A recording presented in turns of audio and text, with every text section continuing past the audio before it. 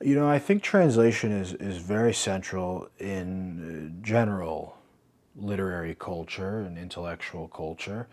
In the specifics of Yiddish translation, I just think that you're never going to have, or at least I don't think at this particular moment, that you're going to have a critical mass of people living their lives in Yiddish beyond the Haredi world.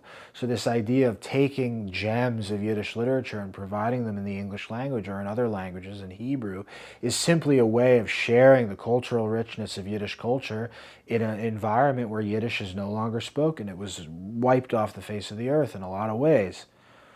So I take a sympathetic view towards the free translation of Yiddish into other languages, and people that can do it well really should cultivate that skill.